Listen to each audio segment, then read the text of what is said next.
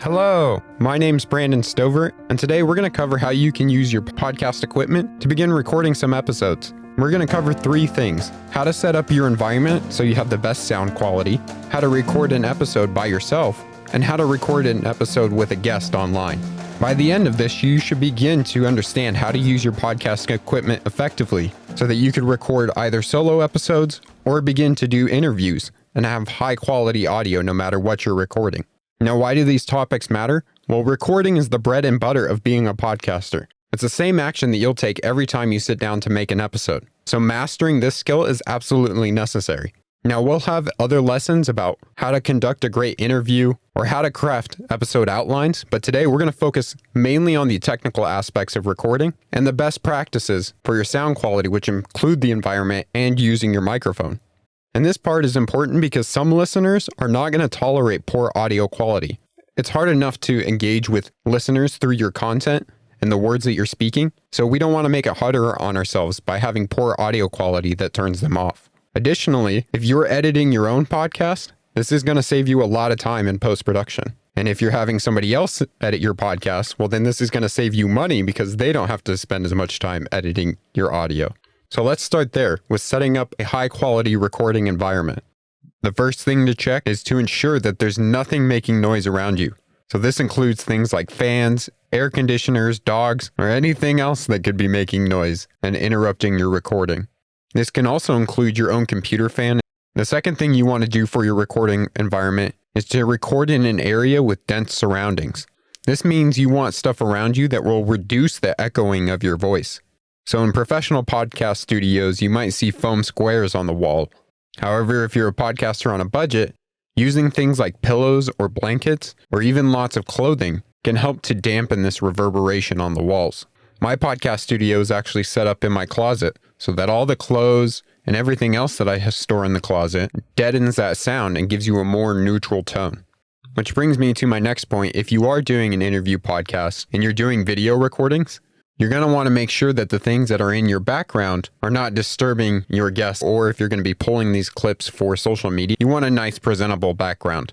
Additionally, it would be a good idea to get some sort of ring light or something that can help put light on your face so that you're showing your best self when in that recording.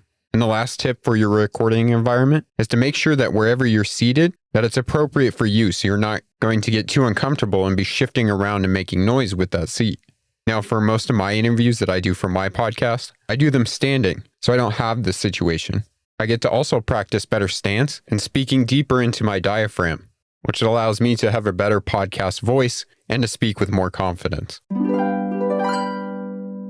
I want to go over a few tips and best practices for you to actually be recording with your microphone so that you sound really great. The first tip is to watch your mouth. Be consistent with the position of your mouth relative to the mic when you're recording. If you begin to drift away from the mic and people can't hear where you are, or even look away briefly, that will reflect directly in the sound quality of your episode. It can really help here to have a cue. So I always remember to have my tip of my nose or the tip of my lips touching the pop filter when I'm speaking. This ensures that the sound quality will be the same throughout the entire episode. It'll take some practice, but you'll get used to it. My second tip is to stay out of the red zone. This tip has to do with your sound levels. Your levels will show up as a little scale in the application you're using to edit and record. Usually this is a series of bars that go from green to yellow to red, depending on how loud you are. You don't want to record into the red because once you go red, you really can't go back. You're much better off recording in the green and the yellow zones because it's easy to bump up the levels in your software later on if you need to. Make sure you're familiar with whatever recording software that you're using to understand what the levels are when you're speaking into the microphone. Then before you start recording, run some tests to calibrate your levels. Speak naturally and record a couple of run-throughs to see where your levels are running and adjust accordingly. Now let's discuss recording a solo episode. We're doing things like recording intros, commentary, or even ad rolls, all things that you'll be recording by yourself and using a specific software to do. Now, rather than show you every single one of the softwares and how to use each of them, I'll name a few and then put some extra resources down below in order for you to dive into each one of those because they often change, new ones come out, and I want you to know the overall tactics of recording a solo episode. So when you're recording by yourself, you're going to need some software to record on your computer. The largest ones in the industry right now are Adobe Audition and Audacity. If you have a Mac, you can also use GarageBand. Now, recording with one of these softwares is pretty easy. I'll walk through the steps in Adobe Audition, but they're largely the same for any of the other software you're using. So if you're going to record a solo episode or do something like an ad roll or commentary that you add to an interview, you're going to open up your software like Adobe Audition and create a new audio file. Now, there's a few important things to do before you actually hit record. First, you want to make sure that the microphone that you're using, your podcast mic, is actually hooked up and selected within the software so that you're ready to record. In Adobe Audition, you can check this by going to Preferences, Audio Hardware, and then Default Input, and make sure that it's set for your podcast microphone and not your computer's internal microphone. If you're using a different software, look for the audio hardware settings, and again, make sure that your podcast microphone is correctly selected. After that, make sure that your phone or anything else that makes noise is on silent. So as I said before, turn off the air conditioners, turn off the fans, put the dog somewhere else, because you don't want any other noise coming in when you're doing this recording. And finally, before you start speaking into your microphone, make sure you actually hit the record button. It'll be a little red button in the middle of the screen, and I guarantee you can speak to any longtime podcaster, and they will tell you numerous episodes that they have done and realize afterward that they never hit the record button. I've done it plenty of times, and other podcasters have done it plenty of times as well. Now, while you're recording, if you make a mistake in the middle of your podcast, just keep recording. You don't have to stop and start over, because when we do post-production later, we can just cut that part out. Now, what I recommend doing is writing a checklist of steps that you can take before and after recording and create a system for yourself so that you can record in the same way consistently every time. You're putting a checklist together for yourself that you can go through like an airline pilot would before taking off for flight. This makes sure that you deliver consistent quality in your podcast audio. Now let's talk about if you're recording an interview with a guest online. There are several different types of softwares that will allow you to do this, and currently the top ones are things like Skype, Zencastr, Zoom, Squadcast, and Riverside. Skype and Zoom are both video conference apps that allow you to record audio, but they're not specifically designed for podcasting. Both of these will give you video and audio files that you can use to edit, and they work just fine if you're starting out. However, Squadcast and Riverside are specifically designed for podcasts, and the recordings are of much higher quality. And finally, Zencastr is one that allows you to record online, but only does audio. It doesn't show video of each other. As I mentioned before, we'll provide extra resources for each one of these platforms, so you can choose the one that works the best for you. So when you get on one of these platforms, such as Zoom, you want to do just like we did in the solo recording and make sure that the proper microphone is selected in the audio source. So if you're in Zoom, you will see the little microphone icon in the lower left corner with a click-up arrow beside it, and inside this pop-up window, you can confirm that the podcast microphone that you have hooked up is actually being used. Next, you want to make sure that the environment is conducive for recording.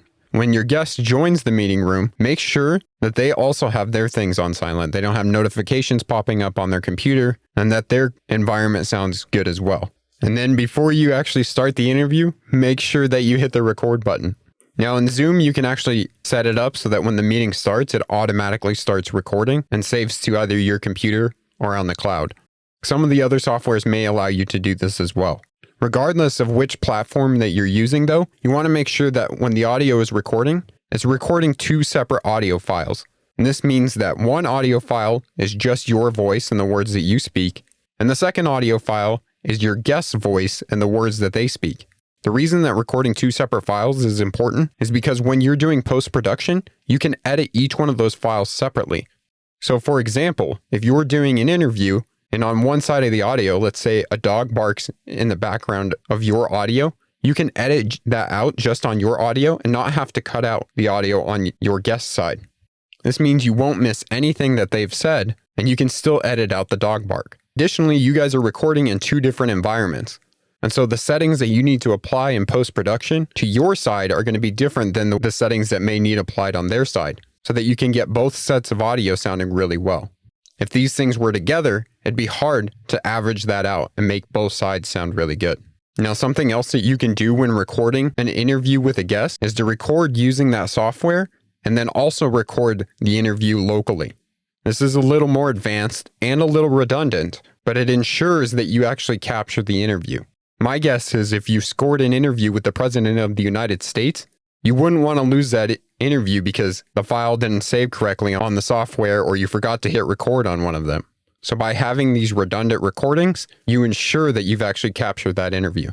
The way that you would do this is by recording on whichever software that you use. So for example, on Zoom, you actually hit the record button and record the interview there. But then you also record locally by using one of the solo softwares that we spoke about before, Adobe Audition, Audacity, or GarageBand. Additionally, you can have your guest record on their side as well if they have one of these programs.